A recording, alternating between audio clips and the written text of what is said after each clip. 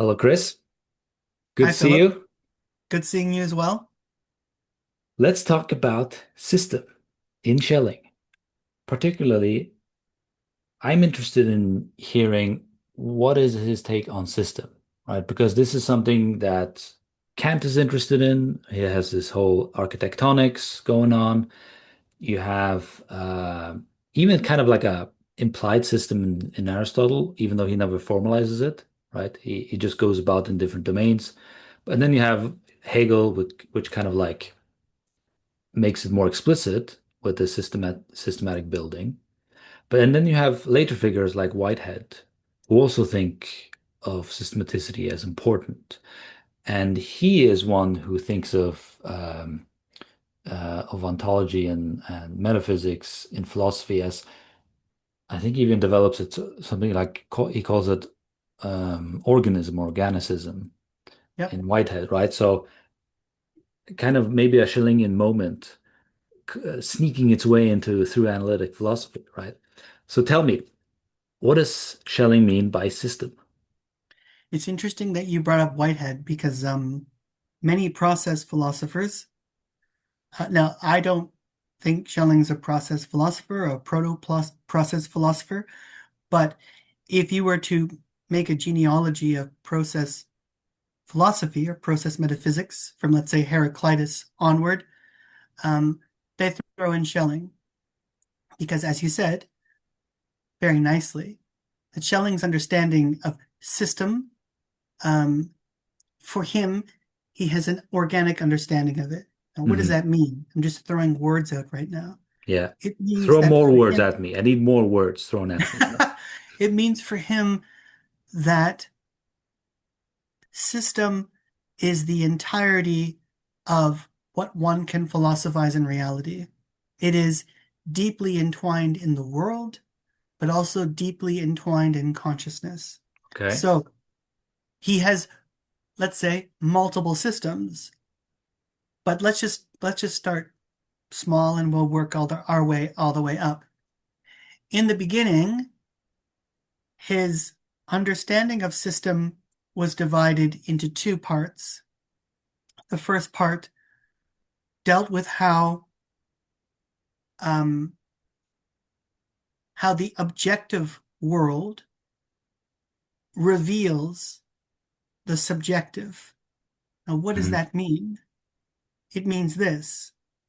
It details how nature, in this essence, which is, by the way, an absolutely productive force, is related to finite productive products, meaning that when an acorn drops from a tree, the genetic makeup of that acorn is still loosely related or bonded with the tree that it was originally in or formed from.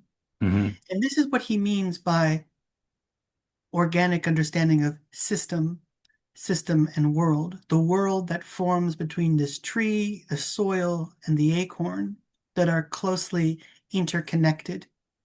For him, a system is meant to reveal, and he likes the word potency, so let's say the powers or in forces of how these living entities unravel or are Hmm. unfolded. So for nature, the systematic element here is how, when you look at a leaf, right? You look at a simple leaf, we just see a material object, but lying dormant within that leaf are teeming forces, right? That when it was a part of a tree was using, or even in a plant, the plant was organizing itself deeply and allowing the process of photosynthesis to occur, taking sunlight and making that rich sunlight and turning it into simple sugars. So system has a twofold meaning. Its its presentation must be systematic in the sense that it's unfolding like a ladder or a Stufenfolge, or it's unfolding like in a process. Um, or steps, let's say, dialectically unfolding here, Hmm. but it's also deeply tied, interwoven with the world at the elements of that world, the multiplicity of that world. Right. Now, here's where it gets a little interesting. For the idealist, for the transcendental philosophy starts from the subjective side and moves out to the objective side. So for him, one side of the theory starts at the objective and moves back to the subject, and the second side of the system starts from the subjective and moves towards the object. So you can see both are mirroring one whole. So now there are two modes of doing nature philosophy and transcendental philosophy. So there's two systematic approaches to understanding the whole or organic understanding of reality. This is why I say he is multiple systems. So for transcendental philosophy, it starts with the conscious subject and understanding concepts, content, form, Right.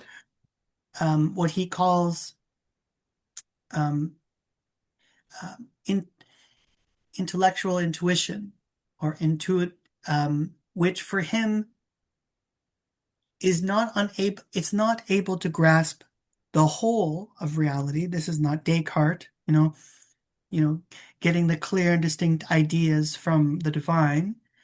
This is an element in intellectual intuition allows us to maybe piece together very piecemeal gaps within our perception, of the perceptive whole. So there's two elements. When he gets to the freedom essay and maybe his later part, he will state that system is a bond. It allows us to understand our relation with the world or with the ground of everything Okay. and this and ourselves, our kind of personal root. So that is one portion. But then he stops writing philosophy in 1809 and this is what I think. I really think this. He reads the science of logic, especially the doctrine of the what is it? The doctrine of being or the quality of being or no, no, no.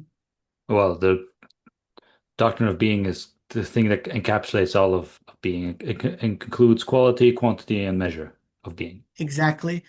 So where Hegel is talking about this movement from being to becoming to non-being, this very long, beautiful section of the science of logic, and it's there where Schelling realizes that the system that he's been doing up until this one point has been only trying to grasp representations and concepts. And he thinks that this is a form of negative philosophy. Hmm. And he thinks it's negative philosophy because it's stuck in potency or thought. Right. It's necessarily attuned to our consciousness. And he thinks because of Hegel, Hegel has completed this perfect idealistic system through his encyclopedia and through his logic. And he realizes that what a system must encapsulate now is something that is positive, something that is fact, Okay. something that is, and he's now more interested in contingency as opposed to necessity. Right. So the positive philosophy deals with the fact that, deals with the simple question of why is there something rather than nothing? He states that. Okay. But in order to understand that question, right, we're already in the world. We're already in the middle of that world. And so he becomes much more interested in being, ontologically being, ontological being, and more in what he calls positive philosophy, which he says deals with fact and actuality. So being comes before thought for him. So Right. let me just say this. Negative philosophy starts off with thought to grasp being. Positive philosophy starts off with being because being precedes thought. So Right. he wants to talk about the being that is now present in the world, that is contingent, that is there already without trying to relate everything to conscious thought. So negative Yeah. philosophy for him deals with the fact that thought is trying to catch up with being, trying to insulate our understanding with mythology or with concepts to fill in that gap, Okay. right? That's uncognizable. And Right. he even comes up with a concept called the unvordenklich, the unprethinkable. Right. That which is uncognizable is the beginning of all beginnings. He gets this from Hegel. Hegel's science of logic really throws him a loop here, Yeah. really makes him go, what have I been doing my whole life? Um, Here's a midlife Seriously, crisis. Here I was it is. thinking I was doing like philosophy and unearthing the truth, but no, I've been burying it. No, I really do. I really do think this. Maybe some Schellingians wouldn't agree with this, but I highly agree. I highly openly agree that this is the point.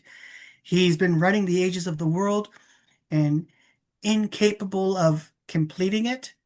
And then as of 1827, boom, the positive philosophy kind of comes out of this moment where he moves away from uh, a kind of rational philosophy and into Hmm. now a philosophy of existence and of and this is because of this movement that we get in Hegel, like Right.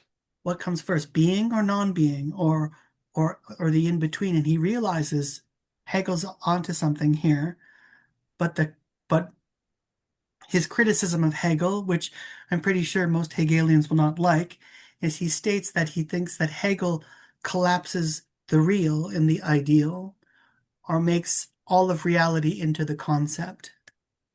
Now, I don't think that's adequate for Hegelians, might not be, but the point is that system for him now is something that is unquantifiable and unthinkable. And Okay. therefore, we have to, in a sense, investigate the now, this moment of existence. Why has it sprung into being? And Okay. so he goes through many phases, and this is why it's a little confusing, but also um, it's also extremely interesting because he's jumped from one section to the next, to the next, to the next, to the next. Yeah. And it's funny, the previous philosophy, his nature philosophy, his philosophy up to the freedom essay, not the freedom essay, but from, let's say, 1797 onward to about 1806, he calls it negative philosophy. He calls his own philosophy that he's been doing negative philosophy Yeah. because he thinks he's been too tied in his own thought, his own ways of thinking.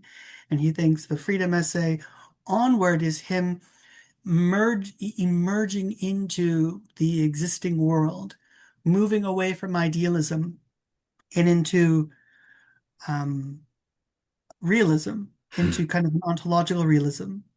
Actually, in the freedom essay, he states that brilliantly that idealism is the soul of philosophy, realism is its body, and only Right. the two together can form a whole.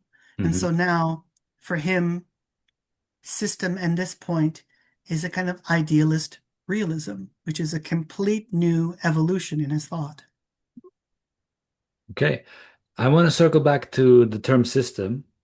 Sorry, I went I all know, over the place. I know you needed to add a lot of context and development to this, which I thought was really great and really well put. But the question in my mind is, there are different ways we can think of systems. Like outside of philosophy, we can think of system as something like purely theoretical, right? Hmm. I have a system whereby I put a bunch of things together, and what makes it a system? Well, it's because there is a sort of thread that goes through these paragraphs that puts them in a certain way. So that is more precise than just them being after one another, right? There's meant to be a kind of um, independent sense in which there are components that fit together in a certain rationale, right? So that could Hmm. be a kind of theoretical system we can think of, right? But then you have real systems, like an ecosystem, where you have Hmm. relationships between physical and living things, whereby they are affected and affecting each other in certain ways that give rise to their being and their life. So Right. that is a different kind of system because that's a system that's embodied, that is at work, and that doesn't require really someone to be conscious of it for it to do its thing. My digestive system is hard at work right now. I'm not even thinking about it, right? So there are these real systems that are out there that are, you might say, unconscious or don't require our consciousness for doing their thing. And I'm wondering, where does Schelling's sense of system fall into these camps, or does it fall into both or any? Okay. I think you kind of you brought me back down to the ground. That's good. I'm touching grass now. I think his transcendental philosophy is conceptually systematic. So it Hmm. follows a step ladder of consciousness.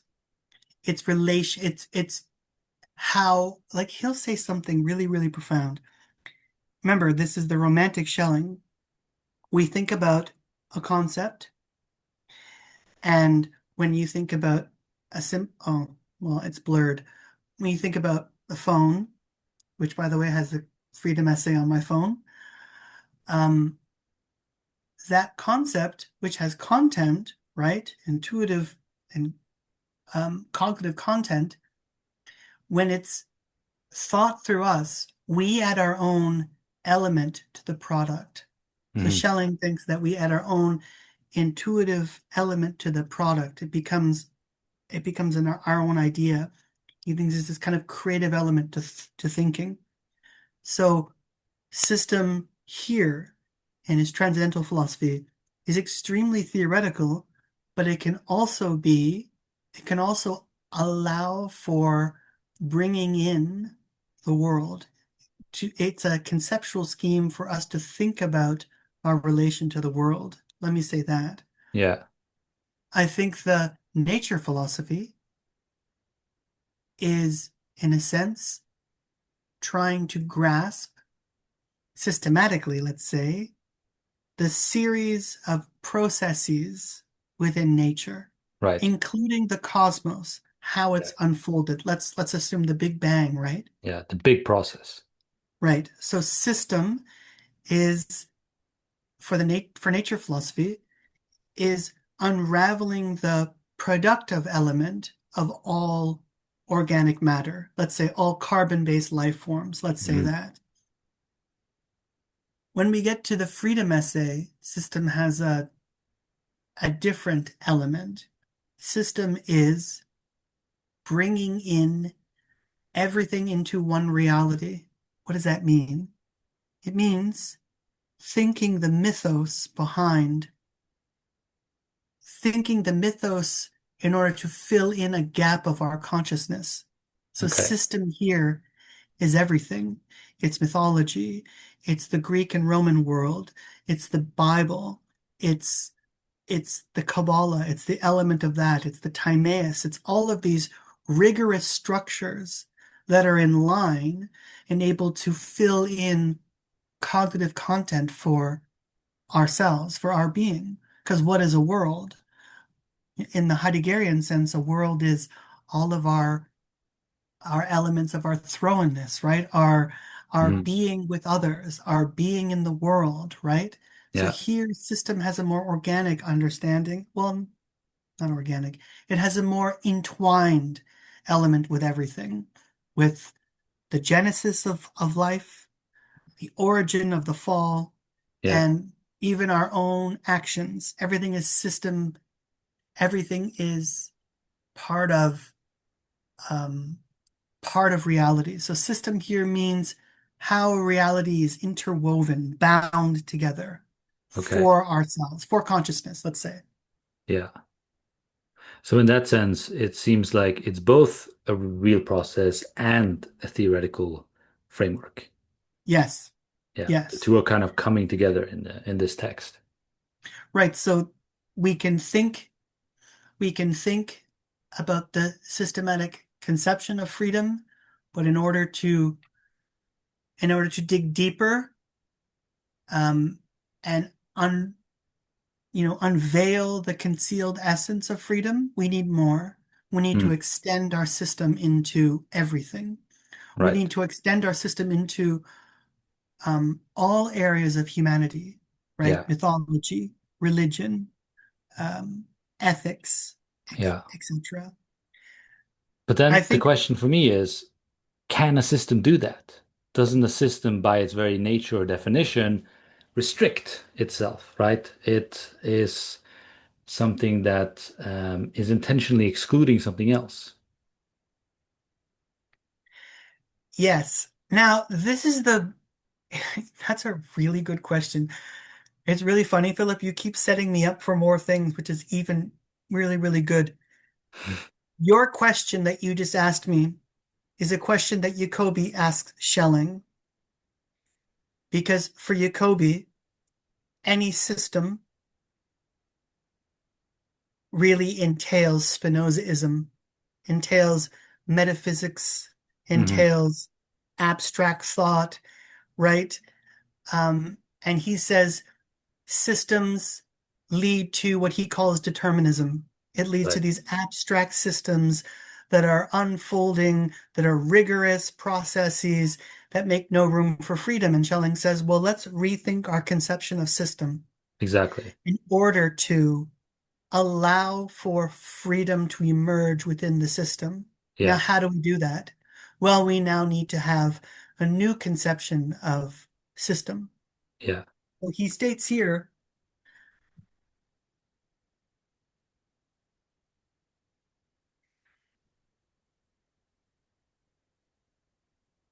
he states, individual freedom is surely connected in some way with the world as a whole, regardless of whether it be realist or idealist. Some kind of system must be present, at least in the divine understanding, Hmm. where with which freedom coexists. To claim generally that this system can never be brought to clarity in human understanding is again to claim nothing, insofar as, according to how it is understood, the statement can be either true or false. It depends on the determination of the principle by which man comes to have knowledge of any kind. So he is, in a sense, taking this moment to extend his conception of system, to allow freedom, right? For those of you that are not historically, um, sorry, for those that don't understand this debate, it happens because of the pantheism controversy. Hmm. What happens is that Jacobi accuses Lessing of being a Spinozist, which means being an atheist. Spinozaism and pantheism were seen as just sheer atheism. Yeah. And so any systematic metaphysical conception of philosophy was seen as atheism. Hmm. So Schelling has two tasks here. The first task is to show that system, any philosophical system can be both, can entail freedom, and it doesn't have to be deterministic and atheistic. So he has to prove that system allows room for philosophical religion Yeah. and for freedom. So it's a difficult task. So there's so much packed into one. I'm sorry if I didn't answer your question properly, but No, no, it is a difficult and deep question in the sense that we need to marshal pretty much the entire book. because that's kind of it goes through the entire book, right? It's Mhm. same with Hegel, right? The system is unfolding in and through the book. It isn't decided f from the get-go what it's going to be like.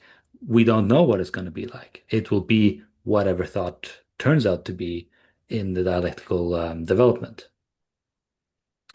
Um, but we have here a little some hints, right, as to the sort of real processes, the theoretical frameworks. What Schelling seems to be doing is combining the two, fending off Jacobi's charge of determinism, atheism, pantheism, which also is a interesting topic unto itself, is Yeah. Schelling a pantheist?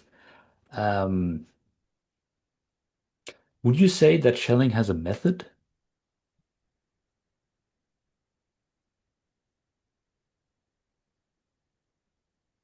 I'm just gonna I, sneak that one in. Just yeah, no, that's a really great question.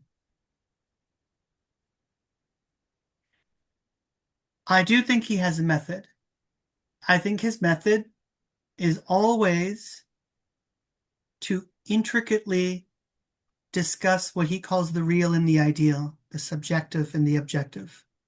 okay. His methodology is always about what is real, so ground, Yeah, nature, and what is ideal, thought, personality, yeah, right?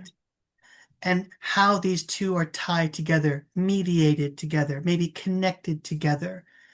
In all of his thought, yeah, this identity is always bound together by the copula. So, of course, I don't want to talk about this too much, but he has this great, beautiful concept called the Ungrund, which yeah, we'll later find out is the true copula of reality later on at the end of the essay. But his method, I think, is to really um, unfold this relation between the subjective and the objective mind and nature and how they're unified or how they're mediated, how okay, they're connected, how they're bonded. In yeah, all of his work, he's doing it, right? yeah. Whether it's nature So, and, sorry, go on. so could you be a little bit more precise as to how this how is achieved? Like, because Hegel has his way of just to once again bringing a contrast to it.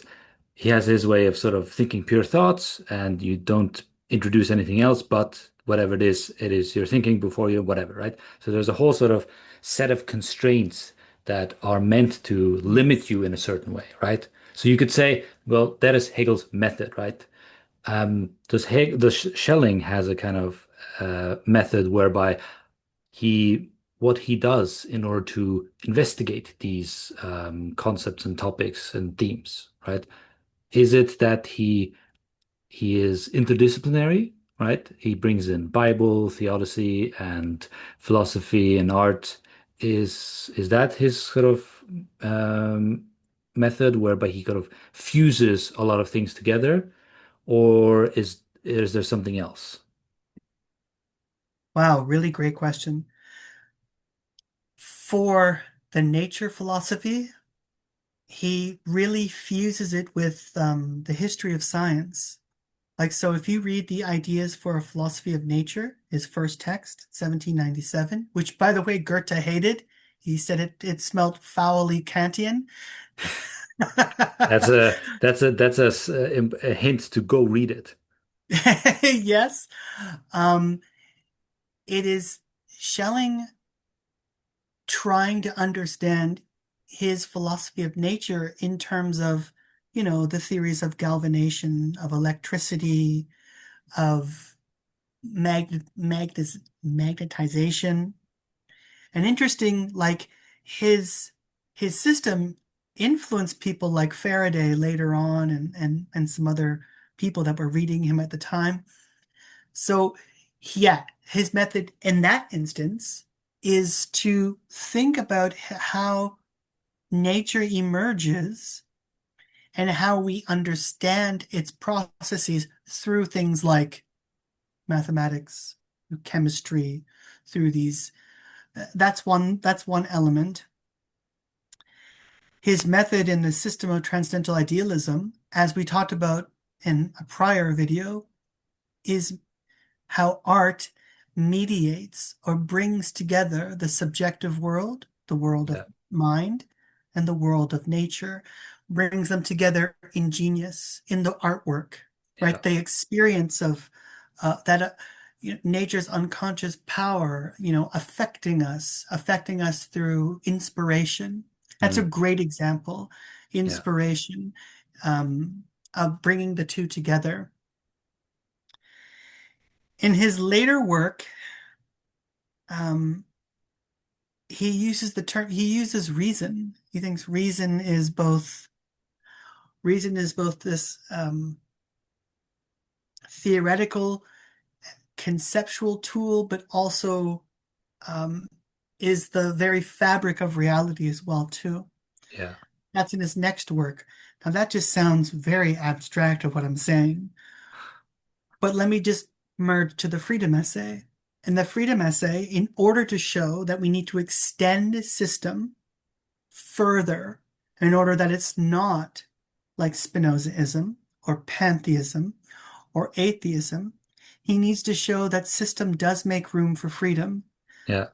But in order to do that, he needs to trace a new kind of theodicy. Now, that in itself is a huge task because that means you need to bring in Leibniz and the Bible and all these other elements as well too, and he does. Yeah. So he's always trying to use the tools of his time in order to infiltrate and make system more vibrant, more relatable to us. So because he's interested in nature at the time, he's super interested in the sciences. Like Yeah. in 1796, he goes to Leipzig, and Schelling's brother Karl was a medical doctor. Schelling always looked up to his older brother Karl, who was a physician, and he would sit in on lectures on medicine and loved science, loved it rigorously, loved mathematics, loved all of these elements. Just like Hegel, Hegel loved science as well, and he wanted to show how all of these processes happened, right? The science of the day was becoming so revolutionary and there were new advancements going on. And he wanted to, philosophize about this, but show how nature was dynamic. How do you show Yeah. nature being dynamic? You show nature being dynamic by magnetization, by electricity, by the way that we understand these processes. So he would use it in that sense. That's a really great example. In Yeah. the freedom essay, it's about going through the biblical story.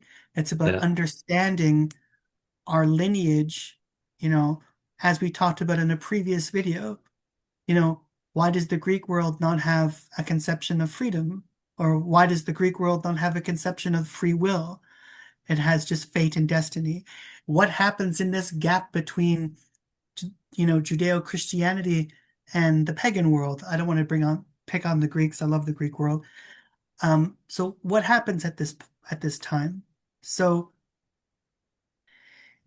it's him using the tools of his day, mythology, Kabbalah, um, the history of philosophy, even some science, bringing it all in, tethering it together in order to make a philosophical reality for the reader, Yeah. right? He wants to use very vivid examples.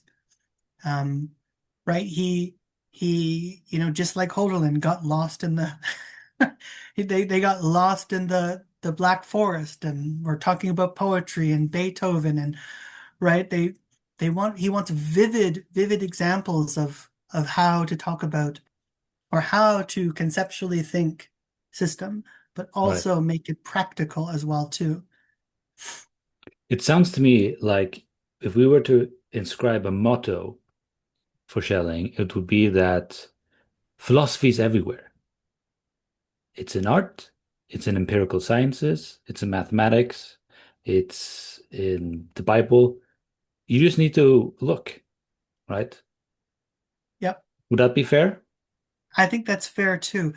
He there's this really brilliant there's this really great example. where he wants to show you just just in a simple concept like identity or the identity of the body. He wants to show that even our understanding of wholeness is wrong. We need to Right. think of an we need to think organically about things.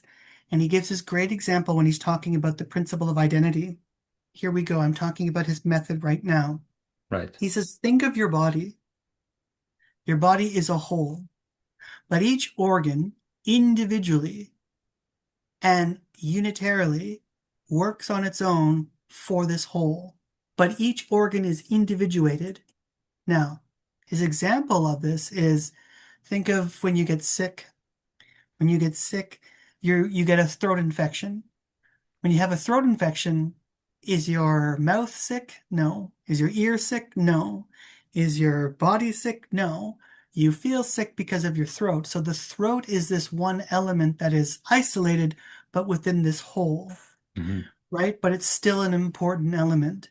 So he wants to show that, you know, by using intricate by using these examples, we can take something like identity or wholeness or homogeneity and talk about how talk about difference within the whole. We can use examples like this in order to talk about our relation to um, how we think about specific things. And for him, he's really, after the charge of the night where all cows turn black, he's really concerned with showing how difference emerges within the whole and Right. how each difference is still both individuated but also equal within everything, with all realities. So he's Yeah. got a really difficult task by thinking a new concept of system, thinking of wholeness, and of extending that concept with a new methodology. So it's a really kind of revolutionary text as well, too, when you think Right. about it Exactly. in German idealism. Yeah. Like when you become sick and it's your throat, as you we were using an example, even though the throat is just an isolated part, it kind of takes over the whole, right? That's it. What the problem of sickness is Yeah. that it is a part, it's not the whole body, but it does affect, it's like spreads around, especially in experience, you feel like your whole body is wrecked. And that's the point, right? Yeah. So we have now you're sick. I'm sick. Like the statement, I am sick, when really your throat is sick, but it's still affected that much, right? So Yeah. really there is an isolated single part of you that's sick, which has contracted an illness, not your whole body, unless it's a fever, and then that's a whole different situation. Right. But in this sense, he wants to show the element of difference within the whole here. He wants to show you why we have misunderstood our understanding of identity and the Yeah. law of identity, Yeah. which is, by the way, like 5 pages into the freedom essay, he Yeah. starts talking about this. Yeah. I mean, it's complicated stuff.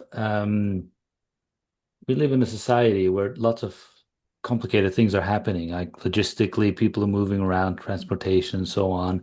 If there's an Yeah. accident somewhere, it becomes a huge issue, and emergency services come out and all of that. But Yeah. that only works if a part of the system is broken, right? If the whole Right. system breaks apart, then the emergency services become overwhelmed, right? So you can think of these relationships of parts of the system breaking down. When does the system break down? Is there a point in Schelling where he thinks failure and things breaking down form uh, steps in the development of the system or development of his philosophy? That's really good. Given you've talked about elsewhere contingency. Well, contingency is kind of like that, right? It is stuff failing and not being there anymore. Yes. So you remember how in, I think, two videos ago, we talked about this dark ground, this ground in God that is not isolated, but maybe co-eternal with God, but yet is unreason. Mm. It's without unreason. It's without reason, sorry, it's without logos. This is a pure element. Okay. This element of nature that is unreasoned or unreasonable um, is the beginning, like in the biblical fall. And that's always there. That's Right. something that we can't get away from. It's desire, it's yearning, it's longing, it's nostalgia. In Romanticism, Schelling will say, later maybe. Um, so this is always hearkening back. This element of messing up the system will always be there. At Right. one point in the freedom essay, spoiler alert, the ground is dissolved. He calls it caput mortem. He gets this term from Jakob Böhme. Yeah. And the ground is gone. The ground has dissolved into a Yeah. principle. And that principle is now in all life, which means every day that yearning and craving, that desire, right? That desire to put yourself above everyone else is always there. That Hmm. mucks up the system, right? The when we follow what he calls the will of the ground over the will of or whether over the universal will. Yeah. That's a really good example of things failing, but needs to be at the center of the text because that's our origins, that's our beginning. Yeah. That's part of the element of the so-called fall. Yeah. Yeah. I would say that adds a part of the system that adds an element that kind of unravels things Yeah. for him, Yeah. which is evil. It's evil. Actions like evil. But human beings are complex beings. We can be loving in one example and wrathful in the next. And that's his point, that we're not always in a steady state of loving everybody and, happy days and birds singing and breezes and everything. No, that's not how life works. Right. So there's always that element where we lose ourselves. We lose the center of our being. We lose that element where we become consumed with, well, I don't know, maybe grief. Uh, um, Caroline, whoa, Caroline Schelling died before the publication of this text. She dies of diphtheria.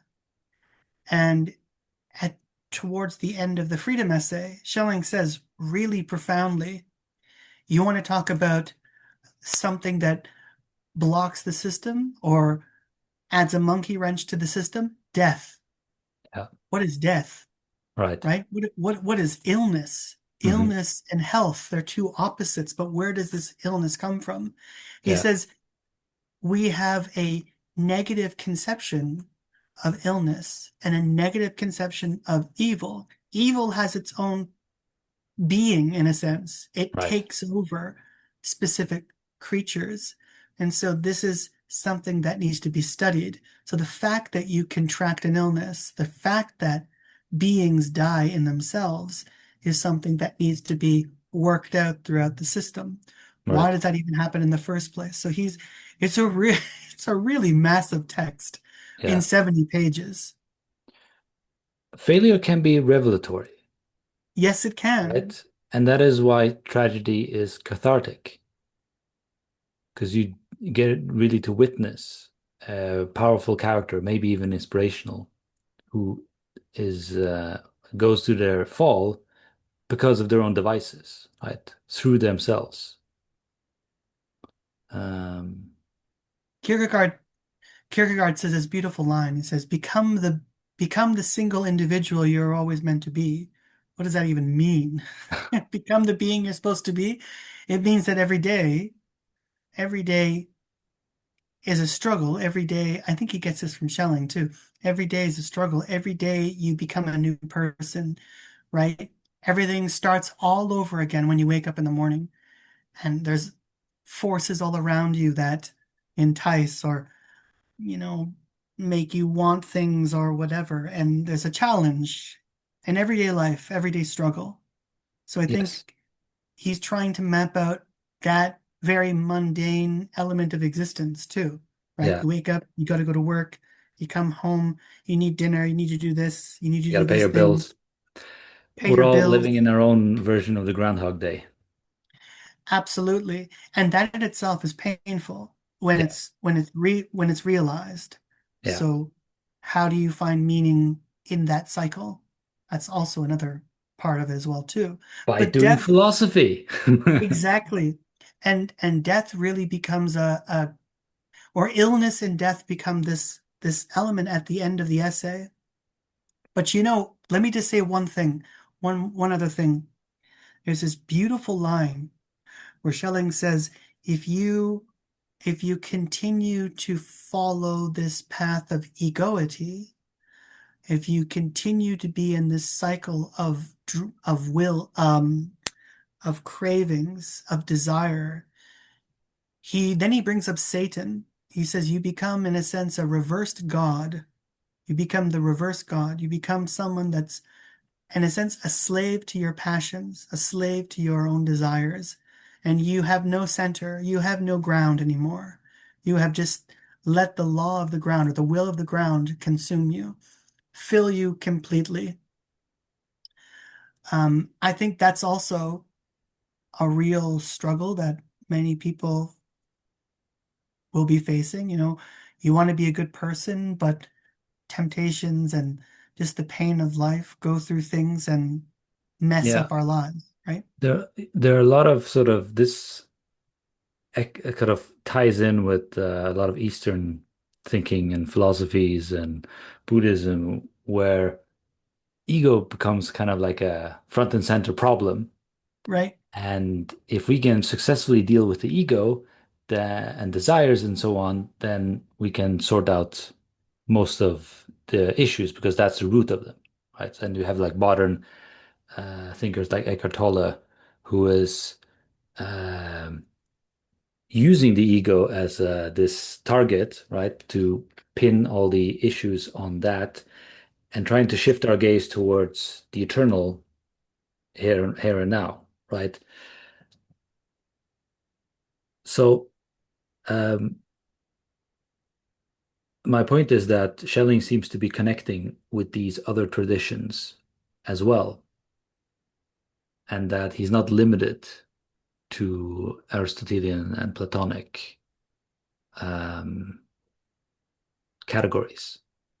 Want to hear something really funny about that? Keiji Nishitani, Yeah, Japanese thinker of the Kyoto School, translated the Freedom Essay into Japanese from German.